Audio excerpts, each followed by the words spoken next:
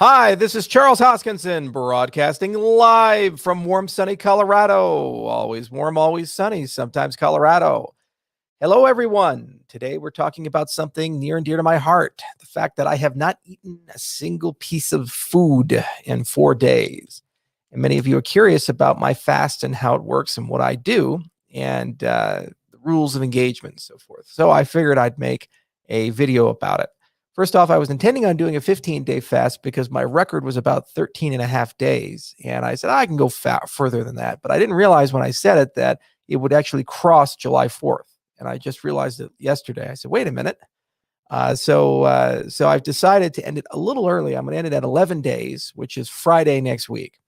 And so when I say fast, I don't mean I'm drinking juice and liquid stuff or whatever. No, I mean there are 0 calories going in, 0. So it's just water. I love coffee, so I drink coffee, matcha, no calories in any of those things, no sugar in any of those things.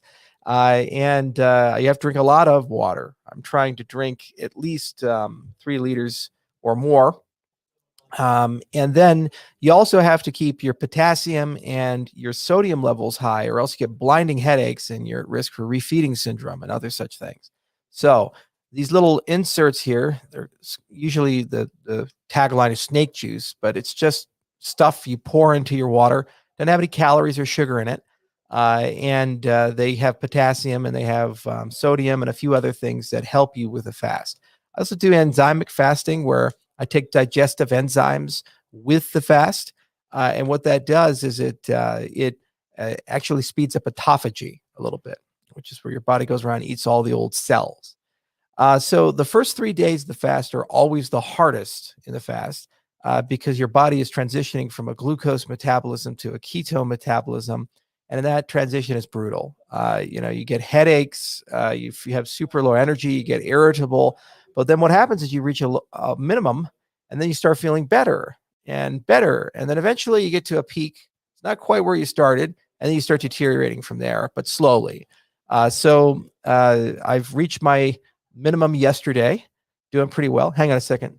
Person's talking.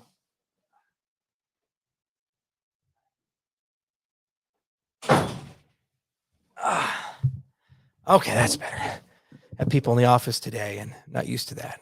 It's like post-COVID. It's like, wow, people. And then you start feeling better and better. You get higher and higher energy. And by about day 5, you're actually in full ketosis and you're like totally in the starvation body life cycle. And you digest mostly fat, a little bit of protein, and your body can make the glucose it needs for the things that need glucose. Human bodies are amazing organisms, and there's a great doctor named Dr. Fung. He's a nephrologist in Canada that wrote a lovely book on fasting if you guys are curious about what actually happens.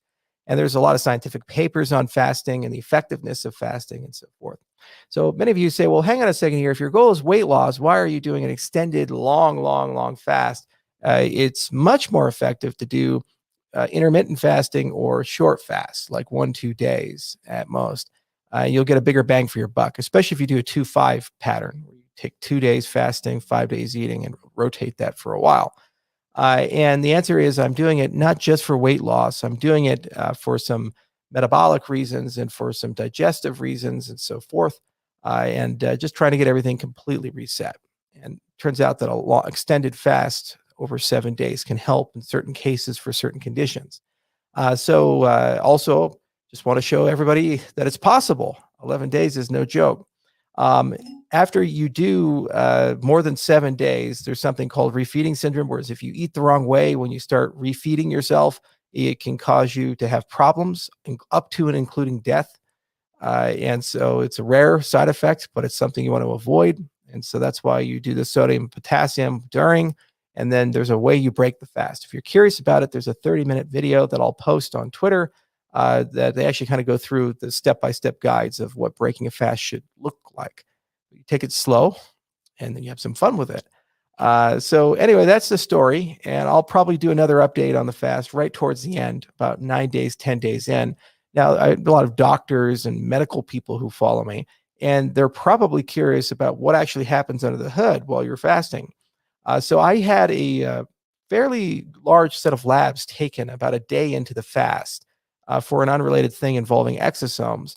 But what I'm going to do is see if I can get my doctors to take my blood again and run that exact set of labs. And then we could have kind of bookends of the beginning of the fast to the end of the fast and what happened with my lab work. And if I can get that, I can share that with you guys. But anyway, the TLDR is 11 days, no calories at all, no food, no like, well, we start eating at night or we have some juice or something. No, there's 0 calories for 11 days. There's no input into the system. It's all output. Guess what? There's a lot of stored energy here. And I'm doing great, doing fine. Mental energy is great. Skin's looking better, feeling fine. And again, your experience with fasting is life is horrible. Life is horrible. 3rd day. And then it starts going up again, up and again, up again. And then you reach a peak and then you start declining slowly on the tail. That's your wave. Down, up, slow, just like that. Okay. Well, anyway, this was Charles Hoskinson broadcasting live.